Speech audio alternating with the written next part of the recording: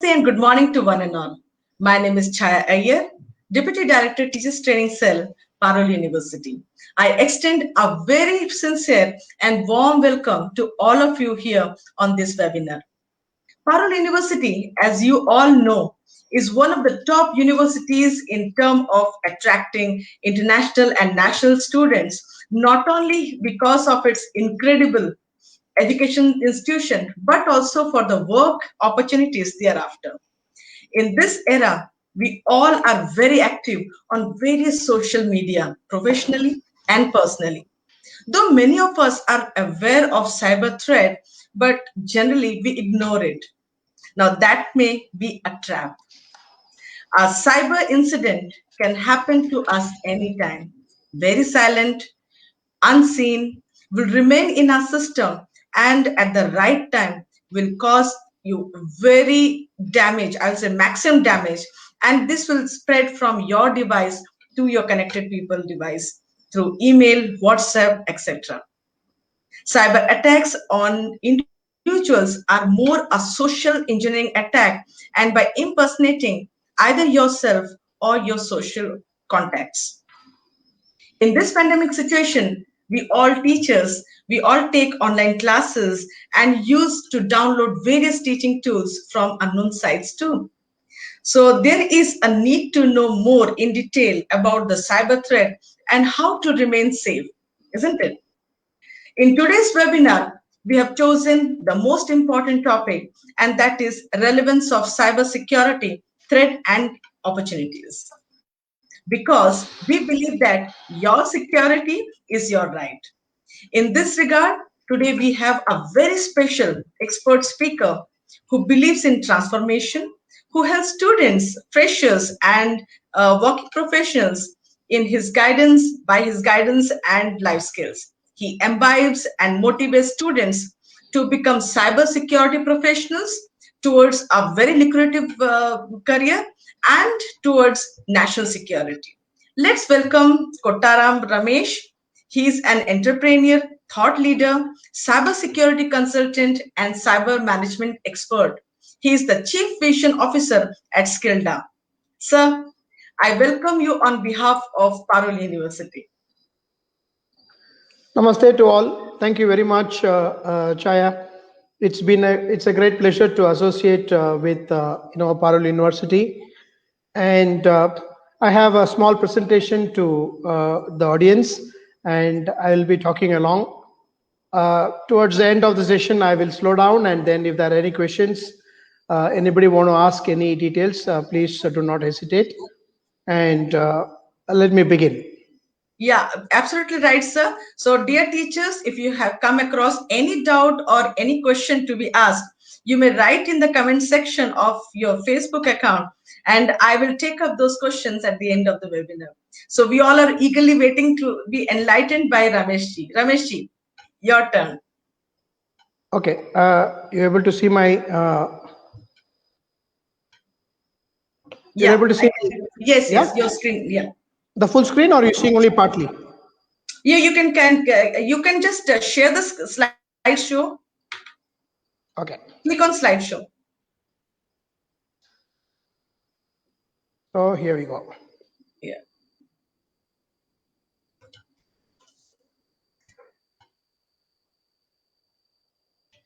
So today we're talking about what exactly is cybersecurity. How is it relevant to us today?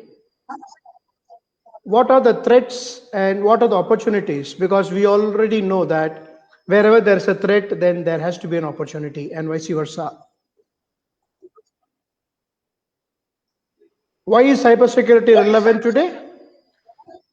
There are 10 different technologies which are known as the emerging technologies. It starts from artificial intelligence to machine learning. It goes to cloud computing, and there are blockchain technologies. There is AR and VR. You have so many technologies, and within which cybersecurity is a very important technology. Cyber attacks cause immense damage, as Chaya earlier told you that it can completely finish you off. It can cause so much damage that it takes a very long time for corporates, for critical infrastructure, for the nation to come out of an attack like that. And because it is done by so many state actors, by so many people outside the country, by so many people who are against us, who are enemies to us, and they sit at various places to do it, we really are not able to see them. So all the more that we must be very alert to the situation. So the next war is going to be cyber war. And we have our Honorable Prime Minister Modi ji always been saying that technology, at the behest and for people. And today we are talking about cybersecurity. We are talking about a cyber war looming large over us. Every day our country is being attacked by various actors, by various people outside the country and inside the country.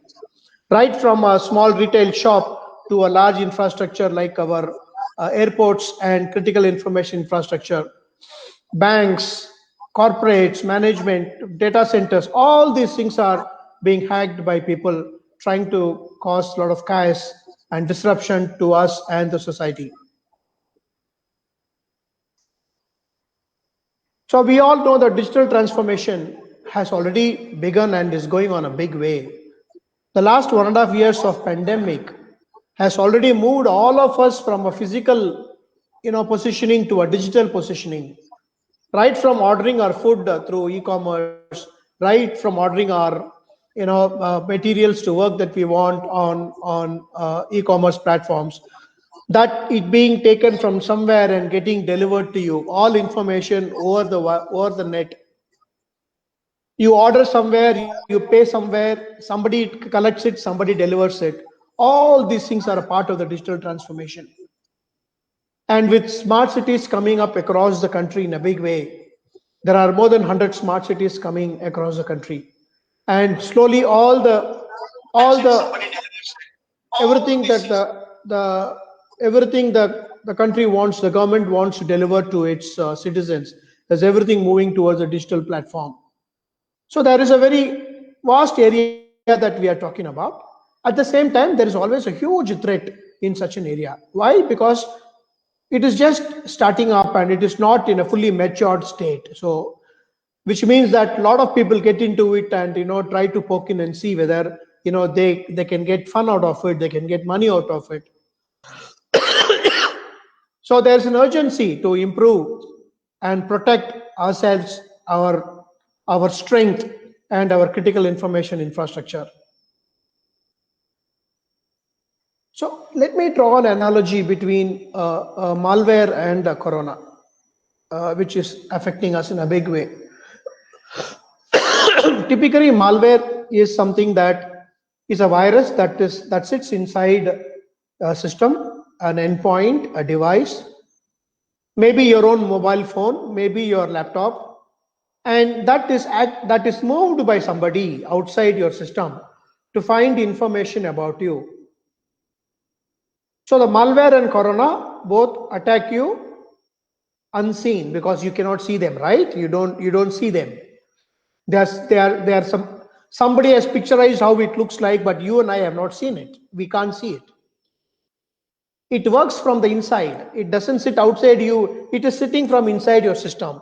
Just like a malware sits inside a device, your mobile phone or your laptop, it sits inside you. And it waits. It is not in any hurry. It waits. And it attacks you at your vulnerable point. What is a vulnerable point? Vulnerable point? Maybe your what do you call, chest or your lungs is a vulnerable point. Maybe if you're diabetic, that's a vulnerable point. Similarly, for a malware, the vulnerable point will be some gap inside your mobile phone. Maybe you downloaded an app, maybe you did not upgrade an app, and there has been a vulnerability. You did not use the patch to close the vulnerability, and there the malware gets into that vulnerability and then moves across your mobile phone and getting all your information. And what it does, it bothers you. It takes away the peace from you, and it takes away your money. And finally, it will also take away your life, both malware as well as corona. So we got to be extremely careful of these two entities, but that is happening, creating haywire in our system today. So what is the best way? The best way is to be safe. How will you be safe? We say to be safe from corona, we say that you use mask, you use sanitizers, and you maintain social distancing, correct? This in spite of you having your vaccination or having your immunity developing vitamins or whatever it is. Similarly, to be safe from a malware attack, to be safe from hacking, to be safe from being attacked, cyber attacked, you have to have what is called a cyber hygienic practice. You must practice cyber hygiene. And how do you practice cyber hygiene? There are so many things. We will see about it in the coming slides.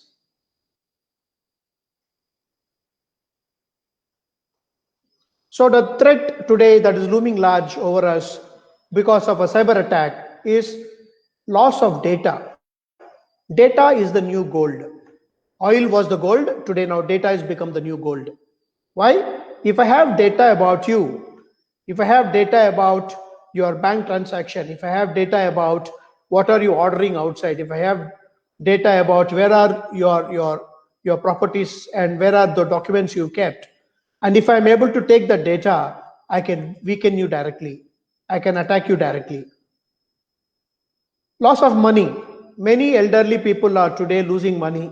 Many pensioners are losing money because the bank says, here is an app, please download the app and do your transaction. And it's a very sad thing that many of these elderly people don't remember their password properly. And then they ask for help. Some help desk fellow, which is malicious, comes and pretends to be a help desk of a bank and says, no problem, here is a link, you put in your password and I will enable the transaction for you. Jiffy, the whole money is gone.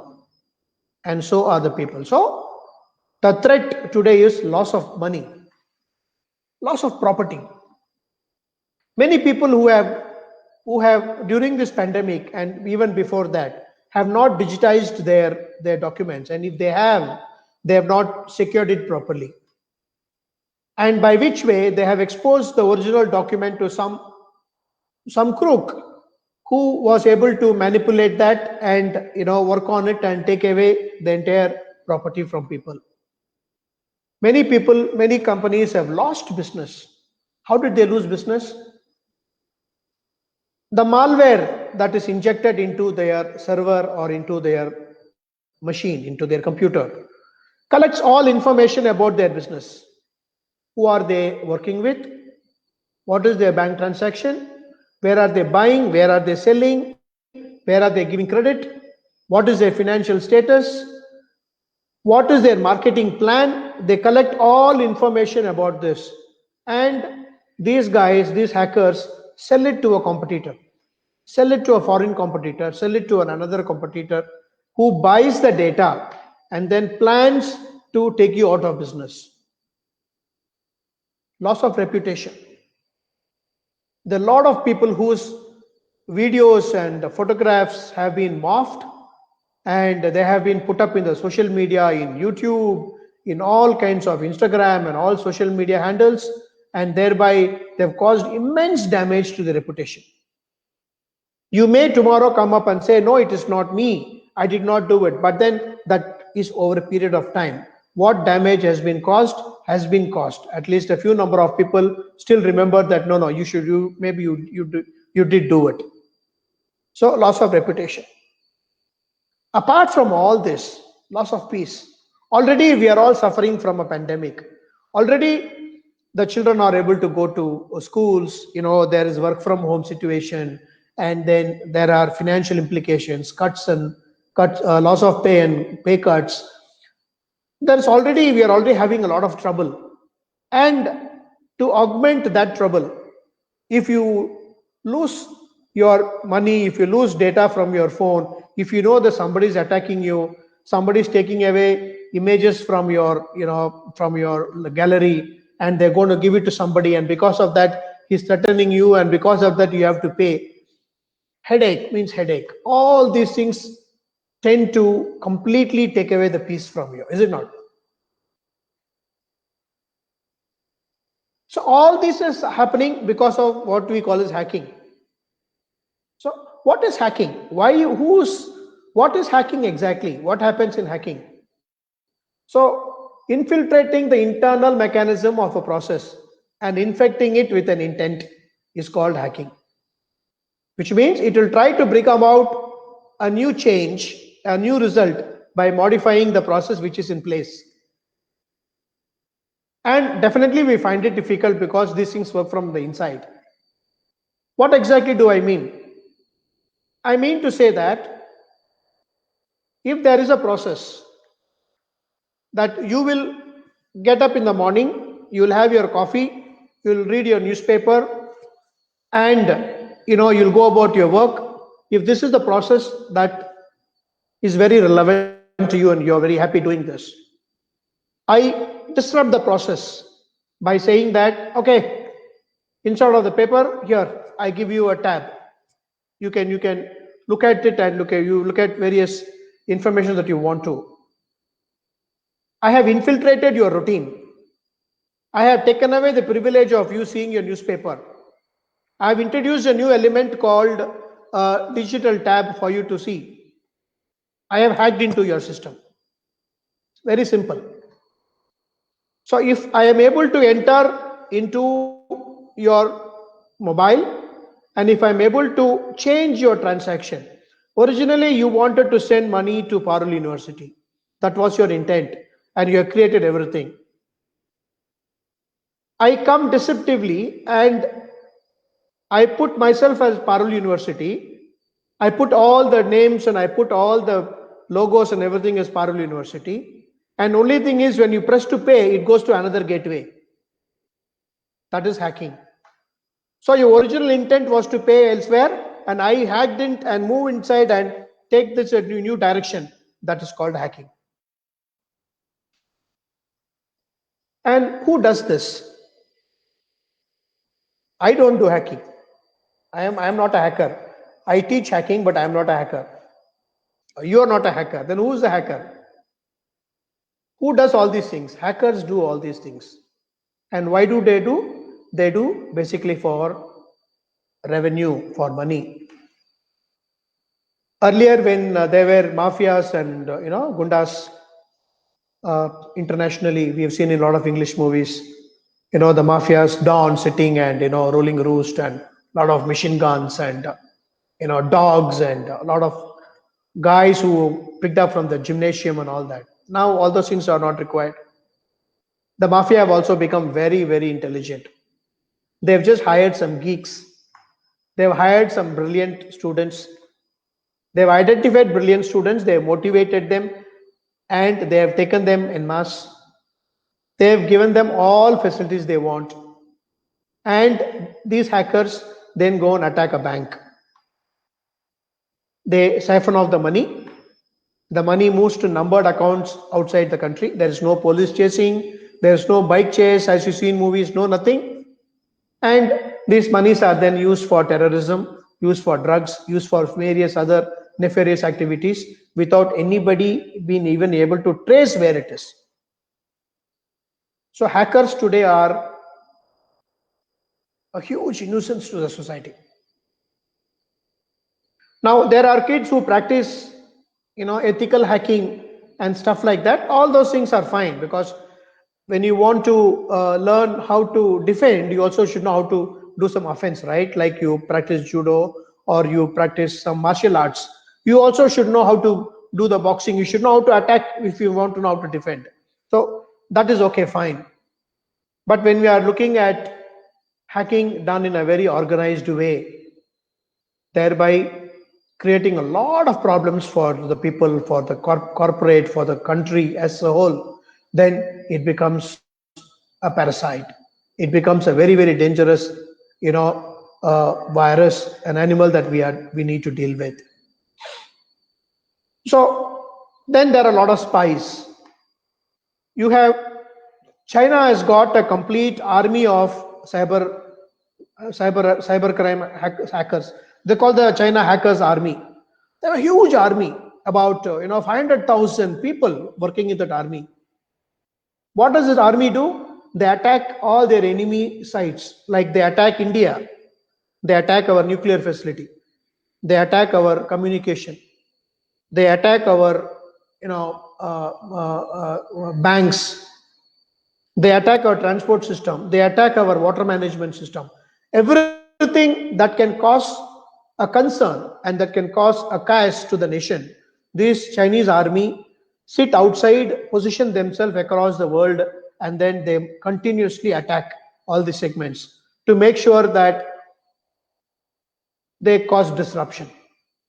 Well, it is in a way good for us because we also wake up all the time to understand, yes, we are very alert to the attacks happening. We know exactly what is happening, in terms of exactly like the pandemic situation where people are very bothered and worried. That is the time they attack the most because they can divert you when your mind is somewhere, they can move in and take something from you. Then there are identity thieves who are only interested in taking your bank account number, your KYC, your documents, and then they try to use this identity to slowly get into your what do you call a credit card, and then pick up e-commerce material using your card. They use your identity to make all those kind of thievery. Then you have a set of disgruntled employees who are not happy with the company, employees who have some kind of issue with the company or the management or the boss or the manager or somebody, and he feels that he has not been treated rightly, or he doesn't have enough, he is not been given enough money. So all these aspects make him a very disgruntled employee, and he creates a lot of problems for the company by moving the data or by compromising the security of the company. The most dangerous people that you must be very careful about are the salespeople and the telecallers. The salespeople, because you don't know where they are calling from. You don't even know. A guy calls me and tells me that, sir, I am from HDFC Bank and I am from your central bank, and I would like to offer you a loan. And I see that you already qualify because your account upkeep is very good. So I ask him, who are you? He says, I am calling from the bank. Are you from the branch? No, but I'm from the bank. How can you? How did you get my data? Sir, we have all information about you. Even last month, 14th, you made a transaction of 30,000 rupees, into the account, didn't you? So these telecallers arm themselves with maximum information about you. There is a backend that provides them all the information. They talk to you as if that they know you very well. And these telecallers entice you, make you come within their fold, and they try to somehow convince you to either buy a course or buy a medicine or buy something. You do some e-commerce activity by which you will definitely get into a financial activity, and then your system will open up and they will take away all the information that they want from your system at that moment. So telecallers, when somebody tells you they're calling, do not, I will tell you, ignore them completely. They are of no use to you because their intention is not to help you. Their intention is only to see where you are vulnerable and attack you. So avoid all these telecallers, wherever they call from. Tell them you don't need that service. Thank you very much. Whatever I want, I can do it myself. And then there are people who impersonate themselves as doctors and psychologists and lawyers. And they say that we will help you this way, we'll help you that way. And they get into your system and they take away all that you have in terms of your transactions and in terms of your assets. And how do they do this? There is something called social engineering, which is very important in cybersecurity. Not every cyber attack is done by somebody taking a laptop, sitting and across your house, trying to get into your network when you are also typing. All these things are not real. Cybersecurity happens, the breach happens, number one, because of social engineering. And what is social engineering? It is just manipulating you. They just manipulate you and they make you impart some information to you by you. And there are many ways of social engineering. Though the most common of them are, what is called phishing. Now, what is this phishing? You already know that the normal way of fishing, right? When somebody goes to fish and try to take a fish from a pond or a river, they do fishing, right? What do? So they have a fishing rod and there is a cord on that, and at the end of it, they keep a bait because the bait will attract the fish. Correct? So for small fish, they keep a small bait. For bigger fish, they keep a bigger bait. So the fish, what the fish does when it is swimming, it comes near it and then it catches the bait. Once it catches the bait, it gets hooked to the needle, to the hook. And then the fisherman takes it out. Or when you fish, you take it out and you take the fish completely for yourself. This is fishing, right? The same is the phishing what happens in cyber crime scenarios, in cyber security. So it is by it's a form of fraud, yeah, wherein the attacker sends very good communication, something that will entice you, something that will, hey, isn't this dress very nice for you? Fine, this is 1,000 rupees, but we are giving it to you now at 200 rupees. So what will you think? Fine, it's only 200 rupees. Even if it can fit me for one day, it is more than good. 200 rupees is fine. So that's a bait. All these kind of baits they will give, and they'll somehow try to steal in your personal information. So when this phishing happens in terms, mostly it happens in terms of an email, yeah. So when you receive an email, be sure that when they say please click here, do not click there, because if you click there, nothing will visibly happen on your screen, but you know that in the backdrop of it, your data, you already opened up your laptop for somebody to enter into it. So email phishing is very, very dangerous. Sometimes they will say that we are sending a mail from Cowin. We are sending something from, Arogya Setu. We are sending a mail from PM Cares.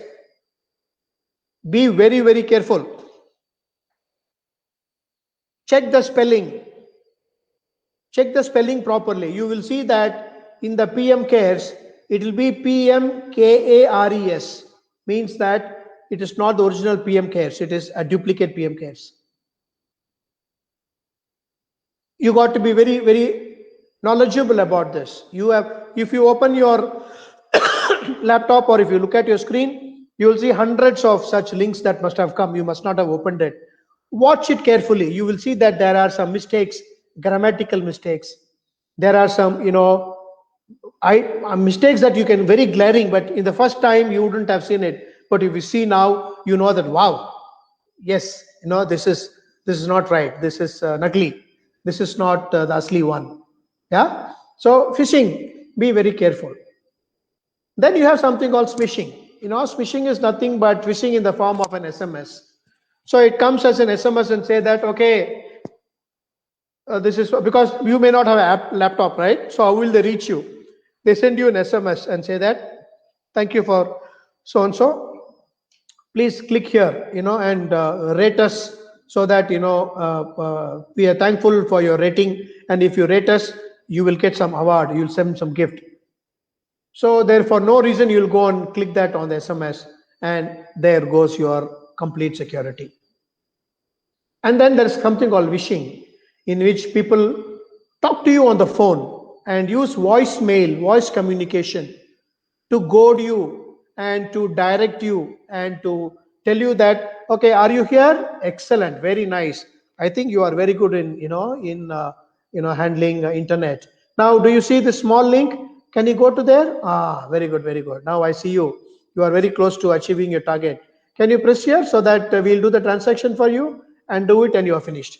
So over a voice call, they will divert you and they will guide you to make all the wrong things and to get trapped into the whole entity. Then there is something called cyber stalking. What is cyber stalking? A cyber stalking is something where they follow you. So just like a spear phishing, where they have completely focused attack on a victim, here cyber stalking, they stalk you over the social media. They watch where are you, what are you doing in your Instagram, what are you doing in your Facebook, what are you doing in your LinkedIn profiles, what do you follow, what do you like, what do you dislike, where have you been angry, where have you been happy, and which are the comments you accepted, how many likes did you give for what. All these things are you are completely followed over a period of time. They stalk you and they know, they use artificial intelligence to understand what will your next move be, where will you be, what will you be doing. They have all these analytics with them, and then at the right time when they want to attack, they attack and they completely take away your assets. And then there's something called malware injection. This usually happens in a corporate. So there was one incident in which a chartered accountant in Chennai called up and said there is a friend of his somewhere in the country and he has a problem. There has been a ransomware attack. Now, what is ransomware? Ransomware is something that people use a malware to get into your system and they'll completely encrypt your data. Completely encrypt your data. You cannot see, you cannot access any information from your mobile or from your laptop. And what happens? Then they send you a message saying that, okay, fine. If you want this to be decrypted, please give me 1 crore, 2 crore, 5 crores, 10,000, depending on what they want to take from you. Normally, they do it in terms of lakhs because anything less than that does not interest them. So malware injection, a malware is injected into your system. So this chart accountant came and said that there's a problem. So we went and saw what the issue was, and we knew that the system has been taken by ransomware. I said, nothing can be done. You please pay up. So they said that fine, we will pay, but how are we sure that they will not come back again? So normally when a cyber criminal attacks you, he will not come back to the same thing because he knows that there'll be a trap waiting for him and he'll get trapped into that. So normally he will finish, get his money and move away from you completely. So we told him not to worry. This is how they do it. So we will still set up, honeypots and traps. So somehow the negotiation went and they paid the money. And then we did an audit to understand how exactly did this happen. So you will be shocked to understand that it happened through an intern, somebody who has come for a temporary job, somebody who has come to do an internship, a practice at the chartered accountant's office. This guy was using the office network internet to download some torrent or some movies or something using his smartphone, and that smartphone already had a vulnerability. So the hacker who was scanning the entire network of the chartered accountant office found out that, okay, this guy, he uses this machine and through which he can get into the system, and thereby they got into the system and slowly they moved up to the they got all the information about the accounts of very important people that the chartered accountant was handling, and that's how they threatened him and set up the ransomware. So it is called an endpoint security. So every device that you use when you connect, it's called an endpoint. So you have to be very, very careful that when you connect your mobile, to a network available in a cafe coffee day, or in a coffee shop, or in a hotel, or anywhere. You have to make sure that you are connecting to the correct Wi-Fi. Just do not go and connect because it's available free. Because the moment you connect, if you go to the Bluetooth connection, you will see there are hundreds of Bluetooth already connected, which will just come into your mobile and see what you're doing. So be very careful about this. Now we've seen a threat. Now what can we do about the threat? As I told you earlier, we need to be cyber hygienic. Yeah, we need to be cyber hygienic. First and foremost, secure your password. You must understand how do you secure your password. So there are a lot of ways by which you can secure your password, and password security is very important. Don't give your password even to your husband, wife, daughter, son, mother, father, nobody. Your password is your password. You cannot give that password to anybody. So I was, in a petrol station filling up petrol in my car, and there was another guy who had just filled in petrol. So the petrol station guy came and gave the card machine. This guy put his card inside, and he was talking to somebody, and so the guy was standing with the mobile, and he said, "Sir, number." He said, "Why don't you put the number yourself? It is 3105." So that guy put 3105 in his that mobile, and he went to that particular machine, and there was another guy who was standing next to him, and that guy said, "Okay, give the phone to me," because he is the one who has given the device. So he's a maintenance kind of guy. Even the petrol station guy did not know, so he gave the machine, and that guy just took the card and gave it to him, and it took a few minutes for him to take the printout and give. And this guy who had paid the money went a few yards ahead, and then he stopped the car and came out running. So the guy said, "What happened?" He said, "Why did you take 20,000 rupees from my account?" He said, "No, I did not take any money. You paid for the bill. It was 2,200 something, and that's about it." He said, "Just after that, there is one more transaction that happened, and you took 20,000. He said, "No, I did not do." He said, "But I gave you a password." Ah, there you see. The mistake this guy told was, in his hurry-burry, he thought that it's okay to give a password, and he gave a password, and somebody who was very quick, very smart nearby, without anybody knowing, took the 20,000 rupees and went away. It is in some other's account. It just got transferred some other account. It is not in his pocket. You cannot go and catch him. Nothing happened. So be very careful with your password. Do not reveal your password to anybody. Next, don't overexpose yourself on social media. Don't keep taking likes. Don't keep taking selfies when you eat, selfies when you buy something, selfies with your family, and then put it on social media, put it on Instagram. Remember, somebody is watching you. Somebody is watching you and collecting all information about you. They know how close are you to your daughter or son. So they know that by which, if they can arm twist your son or daughter, you will do whatever they want to do. So you are exposing yourself unnecessarily. It is fine to have a photograph. It is fine to send information to your parents who are far away if they want to see your son or daughter, or if they really want to see your grandparents want to see you. It's all fine to send that information to them once in a while. It's okay, but don't allow anybody to profile you by your frequent updating yourself on your status and on your social media.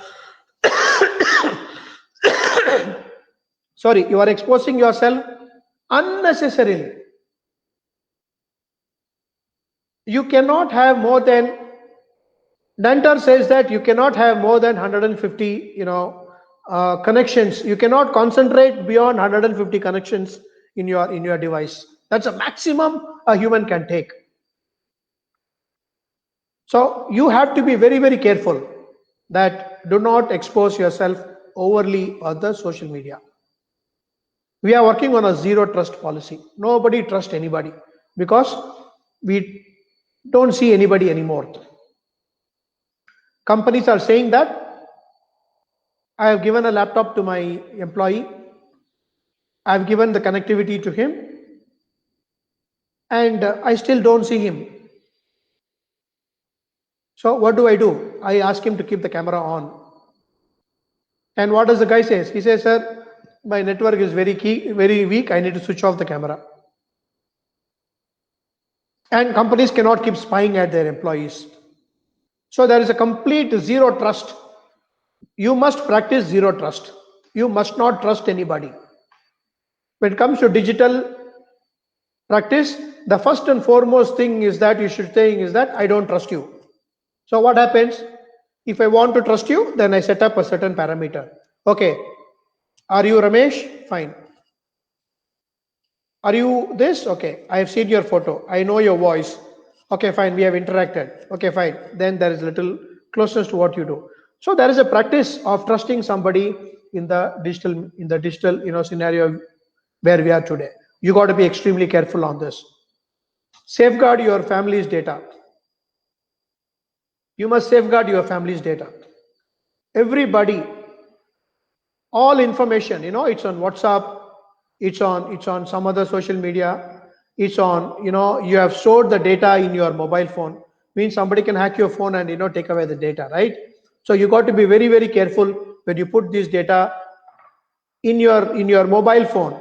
You have to be careful. You have to secure it with a lock, with some kind of a password or some kind of a file encryption. You need to be very careful. So we conduct a very nice program called CCIO. It is called the Cybercrime Intervention Officer course. You can go to skillsa.com and see what the course is. This course is only for parents and for teachers.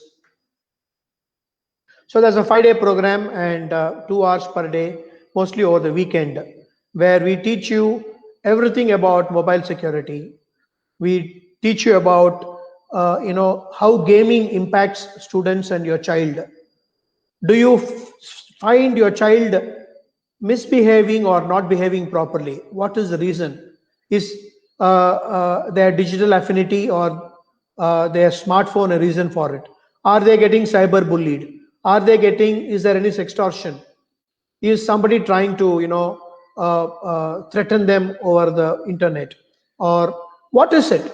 So all these kind of things we tell you with case studies, because we work with National Cybersecurity Police, we work with CERT and NCI IPC, we work with a lot of cybercrime police departments. We train them, in fact, and so we have a lot of case studies, and so we tell you all those case studies and how they impacted people, and thereby how safe can you be. So it's a very good course, and I will send that information to Chayaji, and probably she will send it to you people, and if you find it appropriate, you can learn that.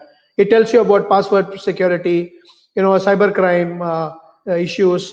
So you become what is called an intervention officer.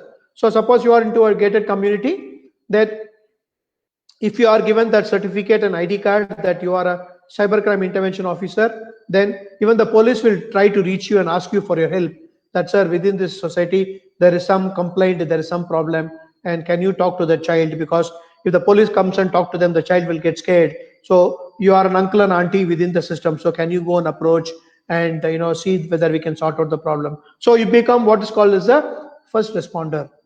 And that is something that we can all give back to the society, that we can all be first responders, and we can train ourselves to be cybercrime intervention officers. So thereby we get a lot of knowledge about cybersecurity ourselves, and there we can save ourselves, our family, and our society. So then we talk about the threats, then we also now talk about there are a lot of opportunities. So what are the opportunities? There are huge opportunities for students. There are opportunities for parents and teachers. There are opportunities for corporate, government, critical infrastructure, business, healthcare. Everywhere there's an opportunity, understanding what cybersecurity is. So if you go back and tell the students, I will tell you that today the maximum jobs available for a student is on a cybersecurity. Today, as we talk, we need around minimum around 1 million students for jobs. And by the end of the year, we want around 2.4 million people, 24 lakh people, the students we want for jobs. But then there are no student available with the cybersecurity skill sets. Cybersecurity is a technology. You need to learn it. So we are trying to teach students cybersecurity. Within cybersecurity, there are so many things like penetration testing. You have digital forensics. You have application security analyst. You have security operations center analyst. Lot of job roles are there. So for students today, if the student learns something about cybersecurity, by the time he finish college, there will be a job waiting at his door. And that is the scenario today. I will urge all parents and teachers today to train their students on cybersecurity. We are there to support you and provide a lot of job opportunities for the students. The corporate and the government are waiting to enroll, to empanel these kids into their, occupation, into their roles for cybersecurity. So let's look at what do we have for academia. So we conduct cybersecurity courses by NASSCOM Future Skills. NASSCOM Future Skills and Skillsda are partners in terms of delivering cybersecurity content to the country. So these courses are completely curated by the industry because they know what exactly they want now and in the future. So they told us that, okay, please teach students on all these things so that when they learn and they get certified, we'll be able to take them for jobs. So these kind of well curated courses. And we train students on virtual labs and simulator. And these are all the opportunities, yeah? And we teach them all the near real-time scenarios when they get onto jobs. And then there are a lot of very good certification from NASSCOM Future Skills because this is given by the government and by the industry. We provide a lot of internships, placements, and job opportunities for such certified students. The more the employment, the higher the reputation for the colleges. So if there are, say, if I can give 1,000 jobs to the learners in the students in Parallel University will go many notches up in terms of being one of the best universities to provide job-oriented courses for the students. And then there are smart cities coming up everywhere, and they need local people to man the smart cities and support the smart cities. So opportunities are a lot for students who want to start learning about cybersecurity. So we are ISO 9000 2015 trained certified company in cybersecurity. So we are ecosystem with ISAC and CyberRange. We have a private-public partnership with National Critical Information Infrastructure Protection Center, which comes under the Prime Minister's office directly. And we work with AICTE. AICTE has given ISAC a mandate of developing 100,000 students, 1 lakh students every year for jobs in the government. So we need to train students to get there. And we work with CERT and NASSCOM. All these things to do capacity building in the country. Ramesh, sir, you talked about that there is a lot of opportunity for the students in this particular field. So how can we motivate students to take up this cybersecurity as their career? Good question. Good question. Lovely question. And anyway, I was supposed to be speaking about this. So the best way for you is to understand yourself, what cybersecurity is all about. So we conduct free courses for all the teachers and all the faculty in order for them to learn what cybersecurity is about, and then how can they move or push or motivate students to tell them, hey, look, these are the opportunities, what all you should learn and how you can go to these jobs. So there's a very structured way of doing it. I will show you in the next slides what it is. So if you look at knowledge, skill, trust, and employability. So you need to have knowledge, you must be skillful, you must be trustworthy, then you'll have excellent employability. So you must be the change that you want to see. So where do these companies pick up students from? Number one, they pick up students from graduating students, professional in any related fields. So we are talking about students graduating from any STEM course or any UG course.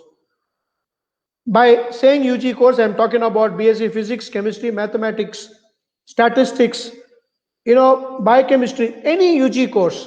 If they have a cybersecurity, course done, then they're eligible for a job immediately. And STEM courses, obviously, all the engineering and science related courses. Second thing they see is that, are you digitally skilled? So what do you mean by digital skilling? Do you know about mobile security? Do you little bit know about cyber security? Do you know a little bit about analytics? And do you know about cloud security? So these are something which are very basic that every child knows today. If the person can play a mobile game seamlessly for 30 minutes, then he is very digitally skilled, because there is a man-machine interface and that he understands the machine understands him. Yeah. So that is a skill. Then they say that whether you are cybersecurity trained. So there are many courses coming up in cybersecurity. So which one should you take? So they look at whether the course that you take gives you the knowledge of concepts and gives you hands-on skilling. Today I tell all my audience, Sachin Tendulkar cannot be Sachin Tendulkar if he does not practice. So if we look at Sachin Tendulkar, what he was at the time of his retirement, in the last couple of matches before that, where he was playing cricket every day on the nets. And if you ask the same Sachin Tendulkar, Bharat Ratna, if you ask the same Sachin Tendulkar to go to the ground and take a bat and face, he will not be the same Sachin Tendulkar he was. Why? Because he lacks practice now. So you cannot read about Sachin Tendulkar and become a cricket player, right? Similarly, you cannot read about cybersecurity and become a cyber professional. You got to practice, practice, and practice. So only practice makes perfect. So hands-on training is what is required. That's exactly what we train students with. Then they will say whether you have industry credentials. What you have learned has got industry credentials. Yes, NASSCOM Future Skills Certification is one of the best you can have in the country in terms of any of the technologies that your students want to learn, not only cybersecurity. Then they will also see whether you have workplace ethics. Are you an ethical person? See, I am training you in cybersecurity. Now, what if you become a bad guy? And what if you train the guns on me? And what if you try to attack me? What will I do? So, are you ethical? So, there is a practice in which we make sure that all people who practice cybersecurity are also very ethical, and they only contribute towards individual, societal, and national security. So coming to Chayaji's point, how can somebody become a cybersecurity professional and get to a job? Students especially. So if you are doing a 3-year course or a 4-year course, whatever be the discipline, in the first year, if you do a foundational curriculum in cybersecurity, which is 45 hours program on an e-learning platform with complete support and teachable given to you. In the second year, you do one advanced course, which is again another 50-hour course, which is NSD certified penetration testing or open source intelligence. And in the third year, you do any one of the professional course. It is called NOS. NOS meaning National Occupational Standard. So these are NSQF level 7 courses, which means that anybody doing this course and certification are eligible for government jobs without any problem. Today we have entities like BESIL, Broadcast Engineering Corporation of India Limited, who are one of the mini Ratna companies. They are calling for employees with this certification, foundation, advanced, and professional course certification, and they are willing to pay 1.5 to 2 lakhs per month on a government job. 1.5 lakhs to 2 lakhs per month is what they want to give to people who are having only 1 to 2 years of experience. So this is exactly, and if you see on the right side, those are the job roles. So if you do these courses, you get job role as security analyst or endpoint security analyst, SOC analyst, threat hunter, reverse engineer, security architect, goes on and on. The salaries range from anywhere between, for a fresher from 6 lakhs a year and up to around 24 lakhs a year. That is the kind of pay scale that cybersecurity professionals are given today. So huge demand, and anybody doing this course definitely is bound to get jobs, come what may, at least at the basic level.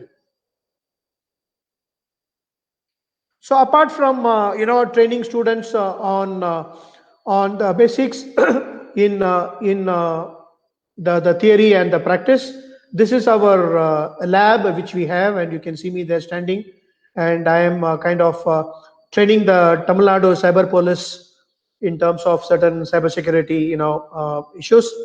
And this is a smart cities simulator in which we have 30,000 different incidences that we create, and this is a part of the Center of Excellence which we are now positioning in many universities.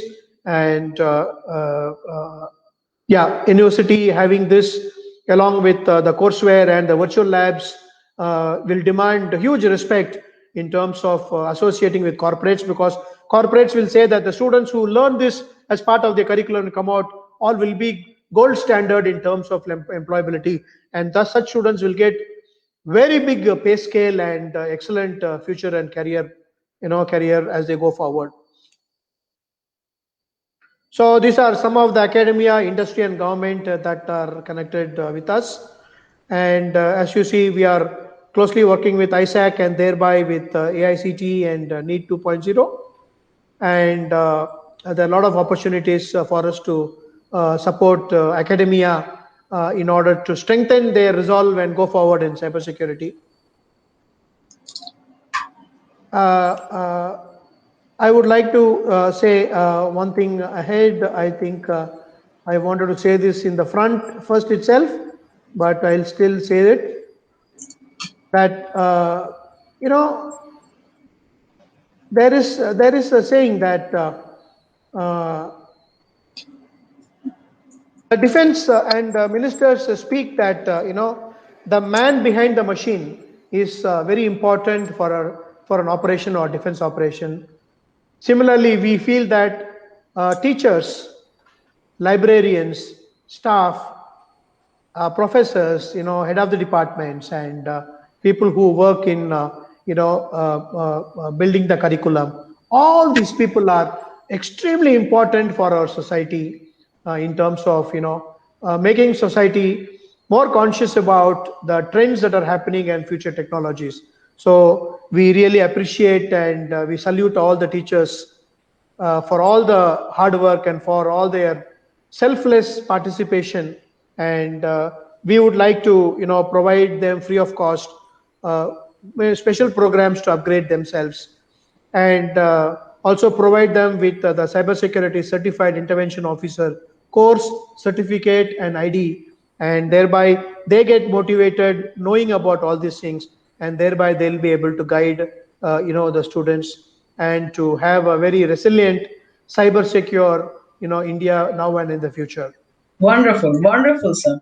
And you know what? Our teachers are so smart. Last year, when the pandemic was declared, and our teachers were the first to start with the online classes. In the month of April, we started with online classes, and the teachers were all on their toes, learning the new software and then just going ahead with it. So we are working on that to make the class entertaining, enjoyable. That is our target, obviously.